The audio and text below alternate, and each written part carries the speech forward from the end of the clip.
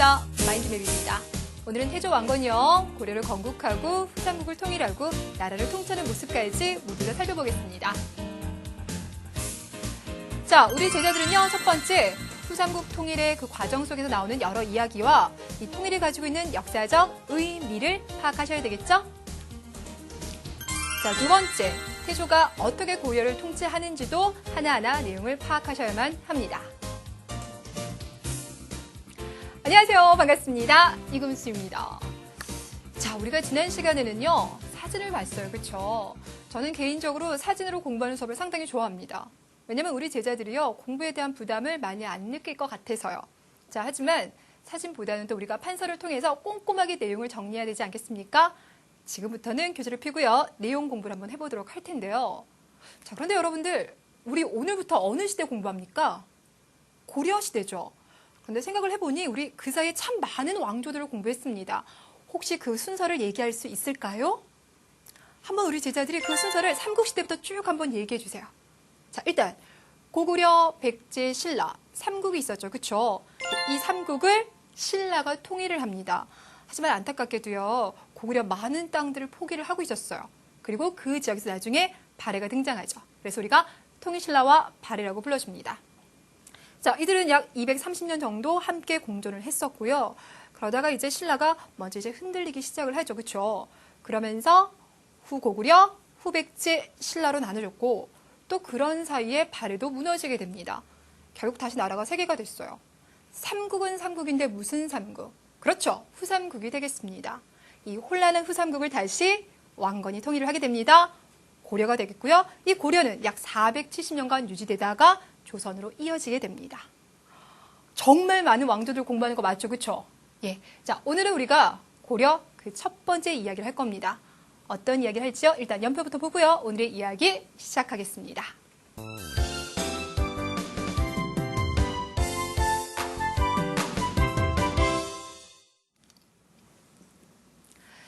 자, 여러분들 우리 고려하면 몇 년에 건국되었을까요? 그렇죠. 역사협을 딱 보니 918년에 건국되어서 1392년에 멸망을 합니다. 자, 우리는요, 이 이야기를 할 건데요. 오늘, 다음, 그 다음 시간, 연속 3시간 동안요, 이 속에서 벌어진 여러 왕들의 통치 이야기를 할 거예요. 근데 그러면 아무래도 우리가 앞부분도 공부를 해야 되겠죠. 그쵸? 그래서 오늘 우리가 태조 왕건 시기에 대해서만 공부를 할 겁니다. 자, 그러면 이 시기, 어떤 이제 정책들이 나왔는지 쭉 볼 텐데요. 그 첫 번째는요, 일단 혼란한 후삼국을 통일해야 되겠죠. 그래서 후삼국의 통일 이야기부터 먼저 공부합시다. 자, 우리 제자들이 뭐 너무나 잘 알겠지만 후삼국에 어떤 나라들이 있었습니까? 자, 일단은 원래 신라가 있었는데 신라가 좀 많이 약해지고요. 그 사이에서 후백제가 등장하고 그리고 후고구려가 등장하지만 후고구려의 궁예가 처음엔 통치를 잘하다가 왕이 되고 난 다음에 나는 미륵불이다 라고 얘기를 하죠. 그렇죠? 그러면서 많은 사람을 죽입니다. 결국 신하들이 더 이상은 안 되겠다라고 해서 궁예를 몰아내고 누구를? 그렇죠. 왕건을 왕으로 섬기게 되는 거예요. 자, 그러면서 왕건은 나라 이름을 뭐로 바꾸게 됩니까? 이것이 바로 이제 고려가 되는 겁니다. 자, 그러니 후삼국의 모습이 살짝쿵 바뀌게 되는 거죠. 여러분, 이들 나라 중에서요, 가장 힘이 약한 나라는 누구일까요? 그렇죠. 신라예요. 신라는 이제 언제 멸망할지 모르는 아주 위태로운 상황. 그럼 바꿔 말하면 후백제와 고려는 아직은 강한 나라들이기 때문에 이제 강해지려고 노력을 하고 있죠. 그러다 보니까 서로 상당히 많이 대립을 해요. 특히나 후백제. 견훤의 원래 직업이라고 해야 될까요? 뭐였었습니까? 신라의 장수였었어요. 그러니 이제 전투 하나는 참 잘했었고 이 강력한 군사력을 바탕으로 해서 후백제의 견훤은 무슨 생각을 하냐면 일단 신라는 약하니까 신라를 먼저 무너뜨리자. 그리고 난 다음에 왕건과 내가 본격적인 전쟁을 해서 이기리라 라고 생각을 해요. 그래서 계속 신라를 공격을 하고요. 결국 그 과정에서 신라의 많은 왕들 있었죠. 그쵸? 그중에 끝에서 바로 다음번한 끝에서 바로 전 왕이 누구냐면 경혜왕이라는 분인데 견훤이 결국 경주까지 공격을 했어요. 그리고 난 다음에 경양을 죽였습니다. 그러니까 신라가 상당히 위태로워졌죠. 그렇죠? 이렇게 신라가 위기에 빠지자 왕건은 어떻게 하냐면 신라를 도와주기 위해서 수천의 군대를 끌고 막 달려옵니다. 자, 결국 이들 사이에서 전쟁이 벌어지겠죠. 고려와 후백제 사이에. 자, 이때 벌어졌던 전투가 뭐가 있냐면 공산 전투가 있어요. 여러분 혹시 대구에 팔공산이라는 산이 있다는 거 알고 계세요? 우리 제자들 중에서 대구, 구미 그 일대 있는 제자들은 선생님 저 알아요 하고 좋아할 것 같은데요. 이 팔공산이 상당히 그 지역에서 유명합니다. 이 지역에서 이제 두 나라가 격돌을 하게 되었습니다. 자, 그런데 이 전투에서는요. 고구려입니다. 후백제를 말합니다. 누가 승리했느냐 봤더니 후백제가 승리했어요. 승리뿐만 아니라 이때 하마터면요. 왕건 죽을 뻔했어요. 왜냐면 이제 후백제 군대가 막 몰아치는 과정 속에서 어차피 빠져나갈 길이 없는 거예요. 어떡하지? 라고 하는데 이때 왕건의 부하 중에서 신순겸이라고 하는 장군이 있었는데 그가 폐하, 제가 대신에 이곳을 지킬 터이니 몰래 도망가십시오라고 말을 해요. 그래서 왕과 옷을 바꿔 입습니다. 요즘 같으면 이제 망원경이 있으니까 전애들 이제 옷을 바꿔 입었다라고 하겠지만 그 당시에는 바로 앞에서 보기 전까지 잘 모를 거 아니에요. 결국 그래서 신순겸 장군은 왕건의 옷을 입고 왕건처럼 전투를 합니다. 그리고 장렬하게 전사했어요. 그리고 그 사이 이제 왕건은 이제 탈출을 하게 되는데 그때 이제 왕건은 엄청난 이제 상심에 빠졌겠죠. 하지만 그리 오래 가지 않습니다. 이 전투가요 927년 외우지 마세요. 927년에 벌어졌는데 그리고는 시간이 금방 지나서 930년 이들이 다시 한번 격돌을 했어요. 이번엔 어디로 가냐면요. 안동으로 갑니다. 자, 안동에서 벌어진 이 전투를 이제 고창 전투라고 불러주는데 이 전투에서 누가 승리하냐면 바로 고려가 승리합니다. 아니 선생님, 방금 전에 졌었는데요. 어떻게 해서 왕건의 군대가 이렇게 강해질 수 있었을까요? 여러 가지 이야기가 있겠지만 그중에서 가장 중요한 건요.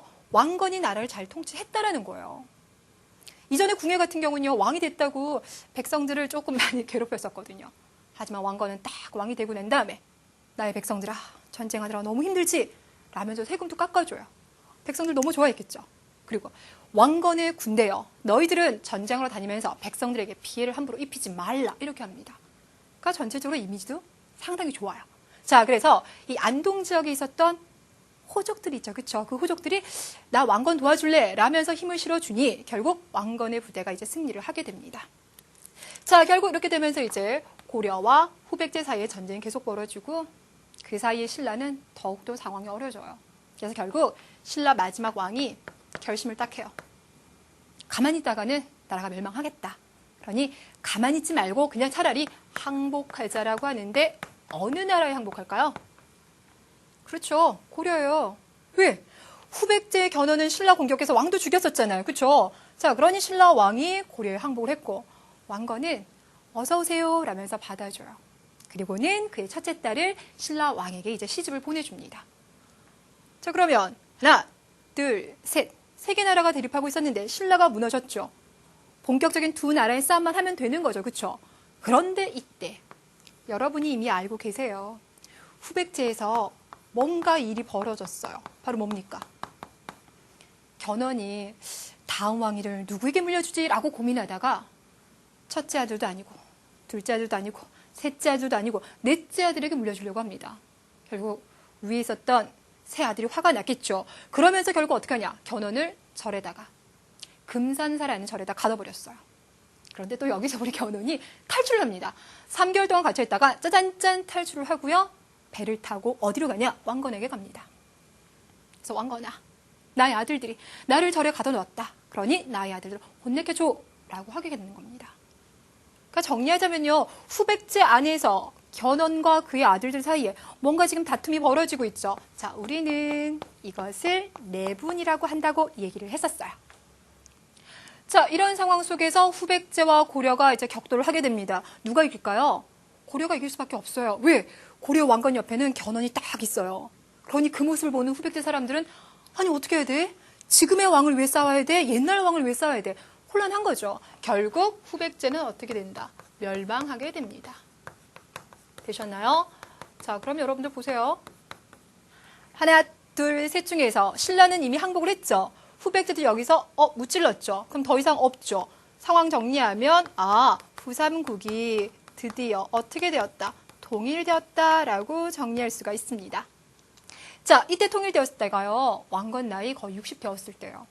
그러니까 그의 나이 20살 때 궁예 밑에 이제 부하로 들어갔다가 그의 나이 40쯤 되어서 고려를 세웠고 그리고도 계속 전쟁을 해서 60대여서 40년 이상을요, 전쟁터에서만 누렸던 겁니다. 되시겠나요? 자, 그럼 여러분 제가 질문 하나 해볼게요. 여러분 지금 초급 시험을 준비하잖아요. 그리고 시험을 굳이 준비하지 않는다 하더라도 역사의 기본을 쌓고 있죠. 그래서 이 부분에서는 순서 배열하세요. 그런 건 잘 안 물어봐요. 대신에 이때 무슨 일이 있었니? 이런 건 물어보거든요. 자, 전투를 물어봅니다. 라고 한다면 공산 전투를 더 많이 물어볼까요? 고창 전투를 더 많이 물어볼까요? 그렇죠. 아무래도 고창 전투를 더 많이 물어볼 것 같아요. 왜요? 역사는 승자를 위한 것들이 좀 있거든요. 결국 두 나라의 싸움 중에서 왕건이 승리하였으니 이 고창 전투에 대해서 조금 더 의미를 부여를 합니다. 자, 그런데 여러분들 이 고창 전투는요, 지금도 그 흔적이 남아있어요. 어떤 모습인지 사진 한 장 보여드릴게요. 자, 여러분 지금 보시고 있는 사진, 맞습니다. 바로 차전놀이입니다. 어디선가 많이 보셨죠? 그렇죠? 자, 나무를 두 개를 묶어두고요. 그 나무 위에는 각각 진영에 대장이 올라가 있습니다. 그리고 밑에는 많은 사람들이 그 나무를 어깨로 지고 있는데요. 지금 양쪽에 보이는 이 모습, 바로 후백제와 고려 군대의 모습을 나타내고 있어요. 그래서 안동에서는요, 지금도 그 모습을 재현하고 있다고 합니다. 여러분 지금 초등학생들이라면요, 초등학교 교과서에도 나와 있는 사진이고요. 시험에서도 종종 나왔던 사진이 고창 전투와 잘 연결시켜서 기억하시면 좋겠습니다. 자, 그러면 선생님이 앞서서 이제 후삼국 통일 이야기하면서 두 가지를 공부할 거라고 했어요. 하나는 어떻게 통일합니까? 라는 과정에 대한 이야기를 할 거라고 했고요. 또 하나 이야기는 그래서 후삼국이 통일되었는데 그것이 역사적으로 어떤 의미, 우리가 의라고 하죠. 어떤 의의를 가집니까?를 생각해 보기로 했는데요.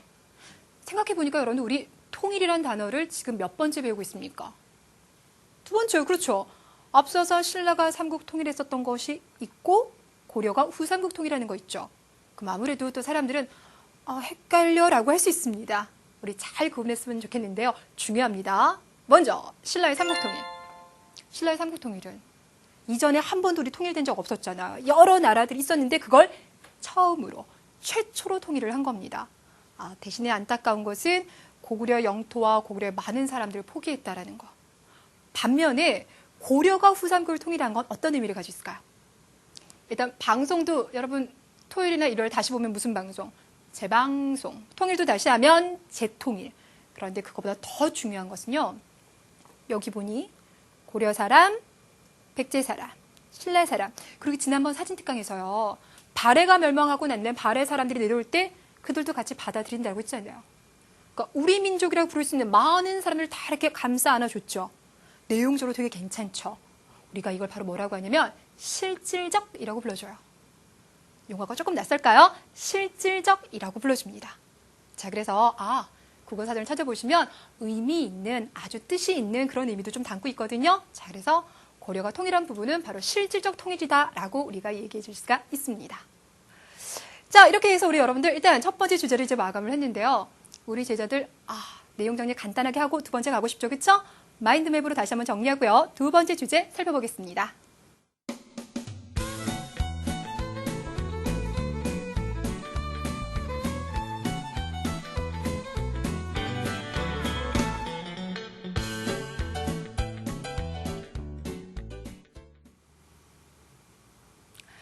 자, 이번에 우리가 두 번째 살펴볼 건요. 태조 왕건이 매일 전투만 한 건 아닐 거예요. 그렇죠? 나라를 세우고 통일하고 그러면서 또 나라를 발전시키기 위한 여러 가지 노력을 하였을 겁니다. 자, 이것을 제목을 태조 왕건의 통치라고 정리를 한번 해볼게요. 여러분이요, 태조 왕건이라고 상상을 한번 해봅시다. 상상. 그럼 여러분 지금 왕이 되신 거예요. 그렇죠? 통일도 다 했어요. 그런데 여러분 걱정이 있어요. 뭡니까? 상상이 안 되실까요? 어떤 걱정이냐면 지금 고려라고 하는 이 나라에 태조 왕건이 이제 왕이 되었습니다만은 아직은요 여전히 각 지역별로 호족이 있어요. 선생님, 그 신라 말에 있었던 그 호족이요? 예, 맞아요. 그 호족들이 아직 각 지역별로 힘을 가지고 있고요. 그들은 넓은 토지에 많은 군대까지 보유하고 있습니다. 그러니까 그들이 이제 왕건을 왕으로 하는 게 좋겠다. 이렇게 해서 이제 왕건이 왕이 된 것이고 통일하는 데서 상당히 도움을 받았거든요. 하지만 이제 왕이 됐는데 힘을 좀 키우고 싶잖아요. 근데 갑자기 나 왕 됐으니까 호족 너희들 나에게 무조건 충성해 라고 하면 호족들이 또 반발할 수가 있어요. 그래서 왕건은 이 호족들을 어떻게 하면 자신의 편으로 끌어들일 수 있을지 고민을 하는데요. 자, 우리는 이것을 바로 뭐라고 하냐면 호족 통합정책이라고 불러줍니다. 자, 우리 제자들은요, 그 중에 이미 첫 번째 답은 알고 있어요. 어떤 방법이죠? 왕건은요, 각 지역 호족들 봤더니, 딸이 있어요. 그러면 찾아가서 저에게 되게 따님을 주시지요. 라고 합니다. 결국 그러면 그들과 이제 장인어른과 사위관계가 되잖아요. 가족이잖아요. 가족을 배신하는 건 아니겠지라고 믿는 겁니다. 자, 이런 식으로 해서 각 지역 아주 힘 있는 호족들과 많이 결혼해서요. 좀 많아요. 몇 분? 29명. 우리 제자들 막 다른 거 외우는 건 되게 힘든데요. 그런 거 외우는 건 금방 잘 되죠. 그렇죠? 우리 역대 왕들 중에서 가장 왕비가 많은 29명. 우리가 이것을 바로 뭐라고 하냐면요. 혼인 정책을 통해서 호족을 포섭하였다라고 이야기를 합니다. 되셨어요? 자, 그런데 선생님, 만약에 그 호족에게 딸이 없으면 어떡해요?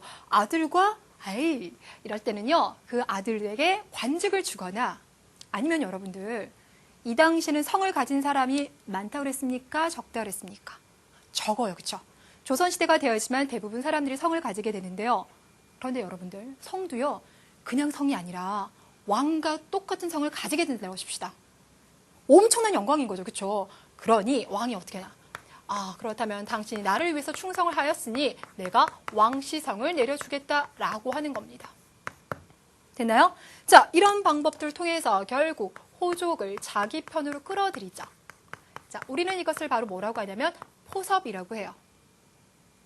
역사 공부할 때 이제 새로운 용어들이 조금 낯설 것 같은데요. 우리 조금씩만 이렇게 봅시다.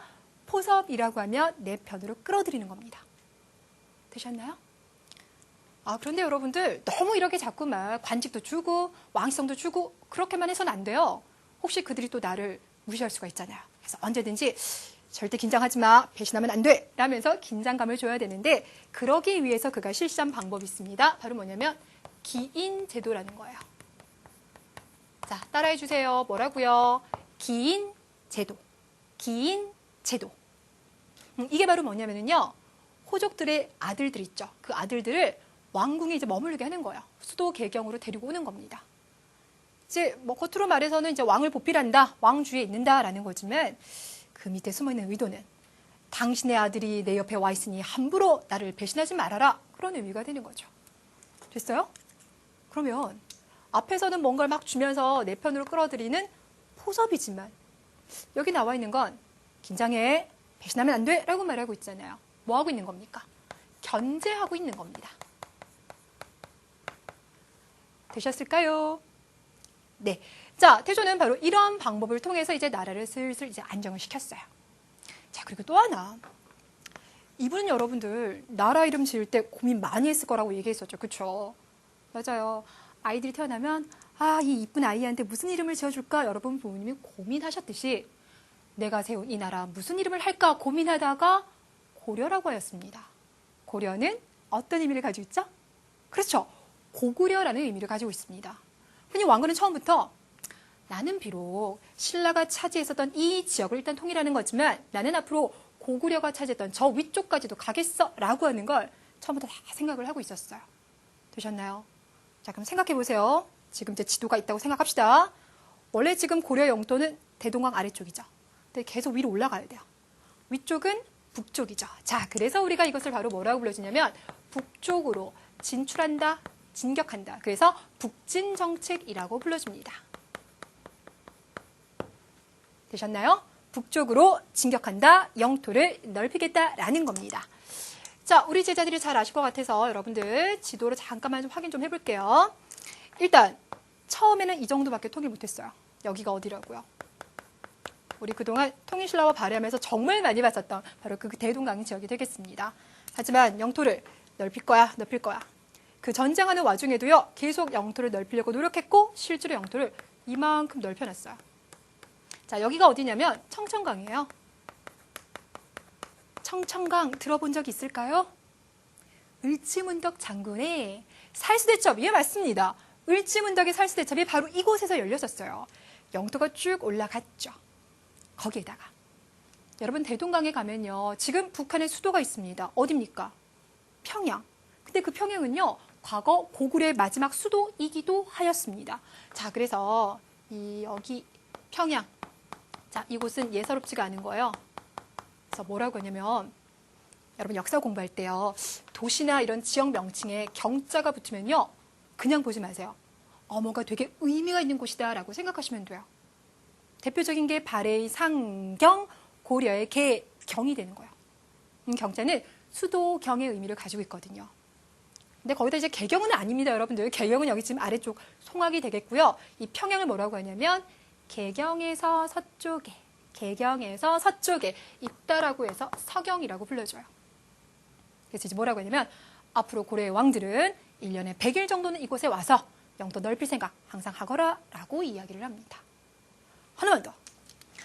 여러분, 대동강 위쪽에 원래 발해가 있었어요. 근데 발해가 멸망했죠. 누구 때문에? 1번 거란족, 2번 말갈족. 누굴까요? 그렇죠. 거란족 때문이에요.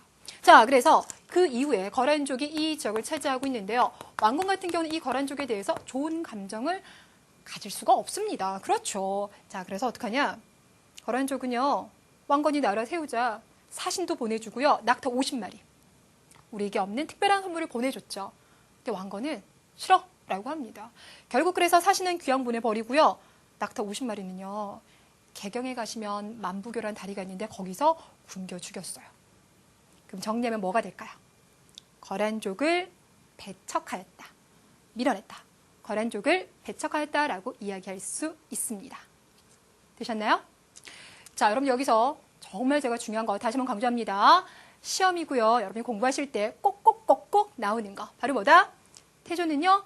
혼인 정책을 통해서 호족을 호섭하였다라는 거. 시험에 꼭 나옵니다.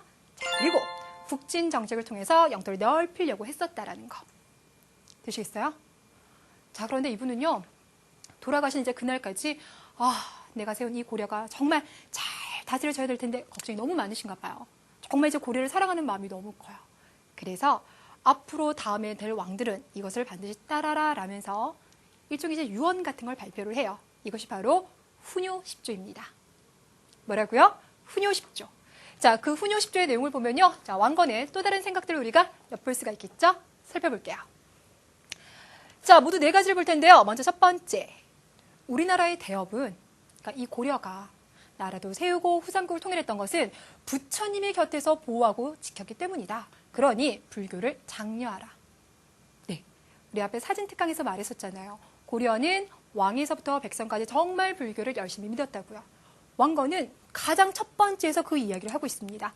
바꿔 말하자면 불교 중시하고 있다라는 거 볼 수가 있어요. 두 번째 볼게요. 중국의 문물과 예학을 따르되 반드시 따를 필요는 없다. 이게 무슨 말일까요? 중국의 문물과 예학을 따르되 반드시 따를 필요는 없다. 그러니까 중국은요. 영토도 넓고 문화적으로 상당히 많이 발달되어 있습니다. 그러니 좋은 것은 받아들이고 싶겠죠. 그렇죠? 그런데 너무 무조건 받아들이지 말고 필요에 따라서 받아들여라 라는 이야기를 하고 있어요. 이거 우리 제자들의 용어로 바꾸면 어떻게 될까요? 무조건 좋다 하지 말고 자존심을 세워보자라고 얘기할 수 있겠죠. 그렇죠? 그런데 이것을 우리가 역사적으로 뭐라고 하냐면요. 자주적이라고 합니다. 자존심을 세운다라고 하시면 안 돼요. 자주적인 문화 수용을 강조하고 있다라고 이야기를 합니다. 자, 5조에 봤더니요. 서경, 평양을 중시하라라고 얘기했어요. 그러니까 수도 개경에만 머무르지 말고 서경에 올라가서 1년에 100일 정도는 머무르면서 무슨 생각을 하라고요? 그렇죠. 북쪽으로 진격할 생각을 계속해라 라는 이야기를 하고 있습니다. 또 마지막으로 연등해와 팔관해를 성대의하라고 했는데요. 여러분 성대의가 뭐예요? 간소하게, 조촐하게, 화려하게 뭡니까? 그렇죠. 화려하게 큰 규모로 그런 의미를 가지고 있죠. 아니 연등해와 팔관해가 뭐길래 이렇게 화려하고 크게 하라고 얘기할까요? 연등해는 앞에서 보셨잖아요. 그렇죠? 말 그대로 연으로 생긴 연꽃 모양이 생긴 등을 이렇게 밝혀주는 것. 이것이 바로 연등해인데 1년에 봄에 합니다, 여러분들. 그러니까 연등을 굳이 밝히는 이유는 이것이 이제 부처님의 생각이 널리 전파되어진다 그런 의미가 있는 거예요. 팔관해는 겨울에 하는 건데요. 고려 이제 토속 신들에게 제사도 지내면서 또 불교에서 이런 거 지켜라라고 하는 8가지가 있거든요. 뭐 살생을 함부로 하지 마라, 거짓말 하지 마라, 술 먹지 마라 이런 것들이 있는데 그날은 제사도 지내면서 그런 것들을 지켜나가는 거. 근데 이게요, 엄숙한 분위기도 있지만 각 나라 사신들도 오는 상당히 축제적인 그런 분위기 속에서 치러지는 것이 팔관회가 됩니다. 자, 결국 이 두 개에서 동시에 언급되는 게 뭐가 있습니까? 불교가 또 있네요. 되셨나요? 자, 그래서 1조와 6조에서는 불교 사랑을 우리가 엿볼 수가 있습니다. 자, 좀 전에 여러분께서 보신 저 훈요 10조 같은 경우는요, 왕건과 관련된 문제가 나올 때요, 이 내용들과 엮어서 상당히 잘 나오니까요, 다시 한번 교재에서 확인해 보는 것도 괜찮겠죠. 자, 이렇게 해서 여러분에게 오늘 설명할 이 태조 왕건에 대한 이야기는 모두 마무리가 되었습니다. 그럼 우리 제자들은요, 다시 한번 마인드맵으로 정리하시고요, 문제풀이 잘 하셔야 될 텐데요. 문제풀이 해보겠습니다.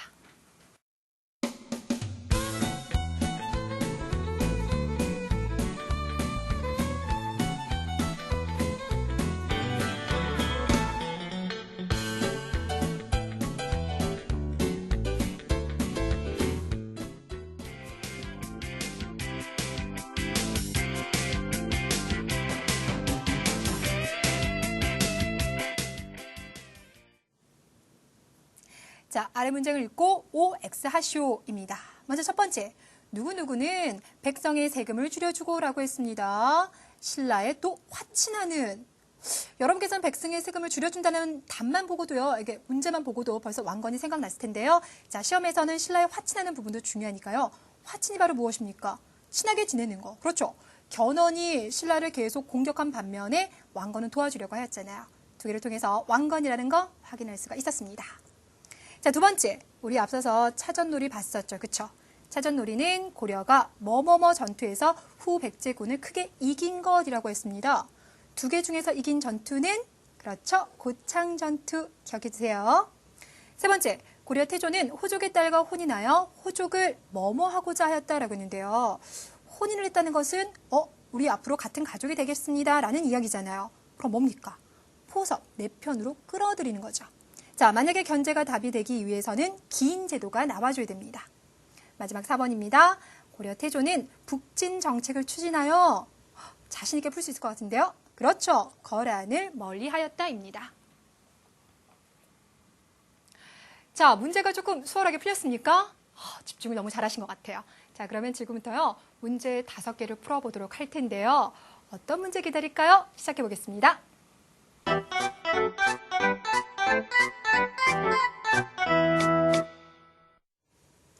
자, 첫 번째는요, 우리 한국사 능력 검정시험 4회에서 나왔던 문제예요. 다음 역사 지도에 나타낸 역사적 사실들과 관련이 없는 인물은 이라고 했습니다.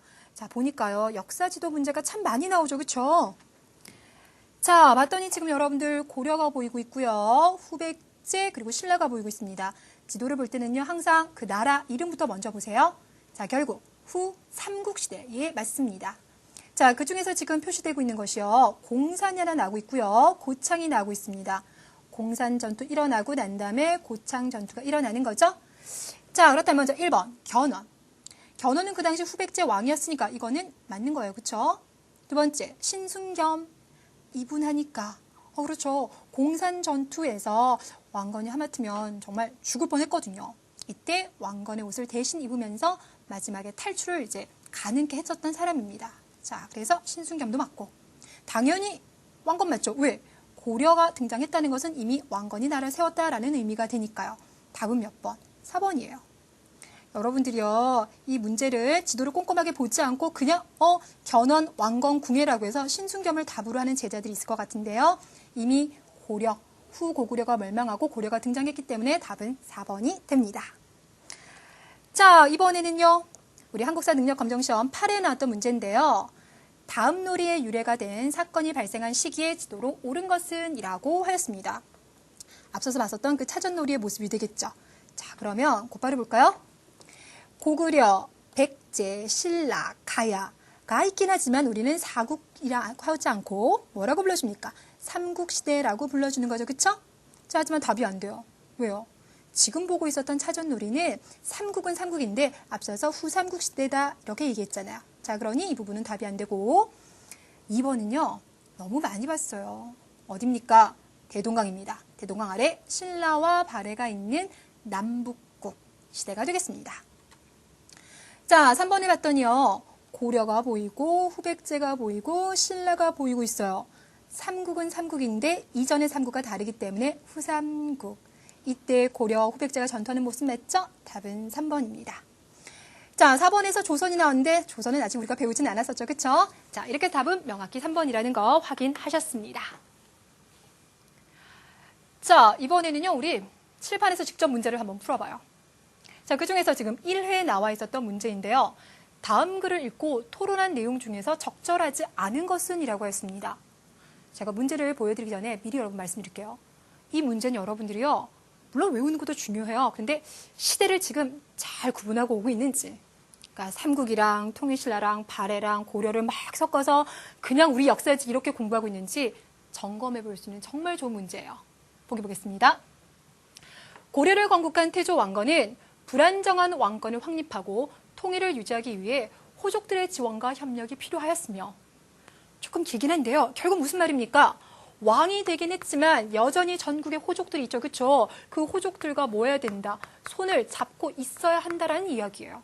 맞아요. 그들의 세력을 적절히 견제할 필요가 있었다. 그러니까 손을 잡는다라고 하면 결혼하는 게 있을 것이고 왕시성을 주는 게 있고요. 견제한다 그러면 기인 제도가 있었어요. 자, 이에 태조는 호족들을 포섭 견제하기 위해서 여러 정책을 실시하였습니다. 라고 하는데요. 눈 크게 뜨시고요. 1번 한번 보세요. 간단하네. 뭐 호족을 귀족인 성골, 진골에 임명하면 되지라고 하였습니다. 맞을까요? 틀릴까요? 아닌 것 같죠? 그렇죠? 예, 답은 1번이에요. 왜요? 성골이다, 진골이다, 육두품이다. 언제 들어보셨습니까? 바로 신라와 통일신라 시대 때 들어보셨어요. 맞아요. 그러니까 신라는 귀족 안에서도 다시 차별하고 있습니다라고 했잖아요. 조심하세요. 지금 이 고려를 세운 사람들은 성골도 진골도 아닙니다. 그들은 누가 된다고요? 호족입니다. 또 다른 세력이었어요. 답은 1번. 됐나요? 자, 이번에 보겠습니다. 호족과의 유대를 강화하기 위해서 태조의 왕시성을 하사하는 것도 좋은 방법인 것 같은데 라고 했습니다. 그래요. 이런 걸 여러분들이요, 가끔 바꿔서 생각해 주시는 것도 괜찮을 것 같아요. 선생님이 너무 좋아요. 저도 선생님이랑 같은 성을 나눠 가질까요? 네, 별로 재미없네요. 다음 넘어가겠습니다. 자, 세 번째. 호족들의 세력 이탈을 방지하기 위해 왕실과 호족의 혼인 정책이 필요하지 않을까? 이 부분 너무 쉽죠? 다음 문제 볼게요. 혹시 모를 반란에 대비해서 호족의 자제들을 중앙으로 데려와야 해. 인질의 성격을 가지고 있죠. 뭐라고요? 기인제도. 답이 1번이라는 거 확실해졌습니다. 자, 이번에는요. 네 번째 문제 볼게요. 다음은 태조 왕건의 훈요 10조의 일부이다. 이와 관련된 내용으로 볼 수 없는 것은 이라고 했는데요. 자, 이런 문제 여러분들 별표 좀 칠게요. 우리가 이런 것들, 예전에 나왔었던 글의 내용들을 고스란히 가지고 왔을 때 우리가 뭐라고 불러주죠? 사료라고 불러주죠. 역사 공부가 조금 더 어려워질수록 그런 사료들이 상당히 많이 나와요. 훈요 10조 어떤 내용이 있을까요? 보겠습니다. 첫 번째, 불교의 힘으로 나라를 세웠으므로 사찰을 세우고 주지를 파견하여 불도를 닦게 하라. 결국 뭡니까? 절도 많이 세우고 스님들도 많이 양성하라, 그런 이야기죠. 불교를 중시한 것. 자, 그러니 일단 1번은 답이 안 됩니다. 두 번째, 도선의 풍수 사상에 따라 사찰을 세우고 함부로 짓지 마라 라고 했는데요. 여러분이 초등교과서에서 배우지는 않습니다만 도선이라고 하는 분을 나중에 중학교 가시면 공부하게 될 겁니다. 이분은 스님은 스님이신데요. 풍수지리설도 같이 보시는 분이에요. 풍수지리설이 뭐냐면요. 땅이 모두 다 같은 땅은 아니라는 겁니다. 어떤 땅은 기운이 좋고 어떤 땅은 기운이 안 좋아. 그러면서 말씀하시죠. 신라의 수도 금성은 이미 천년의 운이 닿았구나. 나라가 멸망할 것 같다. 라고 말씀하시고, 반면에 개경은 야, 한 나라가 등장할 만한 땅이다. 라고 얘기하는 것, 이것이 바로 풍수지리설입니다. 자, 그래서 도선의 풍수 사상에 따라서 곳곳에 사찰을 세웠으니 함부로 이렇게 허물어뜨리거나 그러지 말아라. 라고 이야기를 하고 있습니다. 자, 이거 맞는 거고요. 근데 여기 안에서는 굳이 갖다가 우리가 이제 적용한다면 사찰이 나왔으니까 불교가 되겠죠? 자, 4번. 우리나라와 중국은 지역과 사람의 인성이 다르기 때문에 무조건 중국 문화를 받아들이지 말고 자주죠. 그렇습니다. 로 문화를 받아들여라. 마지막으로 서경을 중요시하라. 서경은 평양, 고구려 수도이니까 북진 맞죠? 위로 올라가자. 답은 몇 번? 2번이에요. 자, 유교라고 하는 것은 공자의 사상을 우리가 이제 받아들인 것을 유교라고 하는데요. 조금만 기다려주세요. 다음 시간에 성종을 설명하면서 제가 꼼꼼하게 말씀드릴게요. 마지막 문제입니다. 자, 마지막은요. 가와 나의 통일에 대한 설명이라고 했습니다. 통일하니까 신라의 통일과 고려의 통일이 이미 느낌 오시나요? 옳지 아니하는 것은 이라고 하는데요. 볼게요. 자, 먼저 가. 그리고 이제 말 안 할게요. 대동강에서 위아래 나눠졌으니 통인신라 그리고 발해를 말하는 거죠. 그렇죠? 자, 그러니 남북국. 반면에 나 같은 경우는요. 가해에 비해서 국경선이 좀 더 올라가 있습니다. 이곳은 어디입니까? 그렇죠. 청천강 일대까지 올라가고 있어요. 이것은 고려의 후삼국 통일입니다. 1번에 갑니다. 우리 민족 최초의 통일. 자, 이럴 때는 가로 갈까요? 나로 갈까요? 그렇죠. 가로 갑니다. 맞네요. 최초의 통일, 재통일, 재방송 생각하시면 됩니다. 자, 통일 이후 개방적이고 다양성을 특징으로 하는 문화를 발달시켰다라고 하는데요. 다양성? 여러분 생각했을 때요. 3층 탑을 주로 만드는 게 다양성 있는 겁니까? 7층, 9층, 10층 이렇게 만드는 게 다양한 겁니까? 그렇죠. 당연히 후자가 되는 거겠죠. 그럼 이런 식으로 탑을 만들었던 나라는 고려가 되겠습니다. 자, 그러니 이거는 고려 나에 대한 설명이에요. 답은 몇 번? 2번이에요. 자, 제가 지난번에 사진을 보여드리면서요. 고려 불상 중에요. 이렇게 턱 쪽은 조금 넓고 머리는 좁아드는 모습을 보여드리면서 말씀드렸죠. 고려는 이런 식으로 아주 개성 있는 모습이 많이 나옵니다. 라고 했던 거. 바로 그 부분을 생각하시면 답이 2번이라는 거 아실 수가 있을 거예요. 자, 답은 확인하였지만 3번 보기도 맞아볼까요? 지방호족의 통일을 주도하였다라고 했는데요. 자, 지방호족이라고 하면 왕건, 견원, 궁예 그들이 후삼국을 세우고 고려 이어가는 거 맞죠? 그쵸? 자, 그러니 나도 맞는 겁니다. 자, 마지막 4번. 발해 유민까지 받아들여 실질적. 앞서서 실질적이라는 말씀드렸죠. 그쵸? 후삼국에다가 발해사라까지 포함시켰으니 이것도 맞는 거니 이건 답이 안 되겠죠. 그쵸? 답은 몇 번? 2번이 되겠습니다.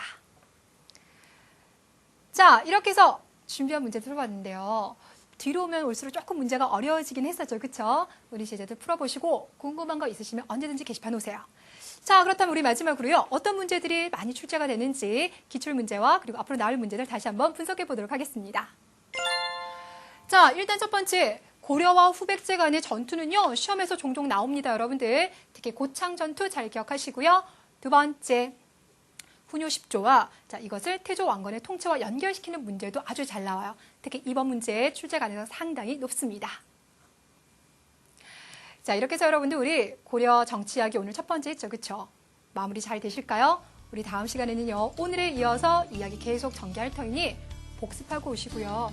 역사책 읽자라는 이야기 잘 지켜가고 있는 거죠. 그쵸? 자, 여러분 믿고 저는 물러가겠습니다. 다음 시간 새로운 모습으로 찾아뵙겠습니다.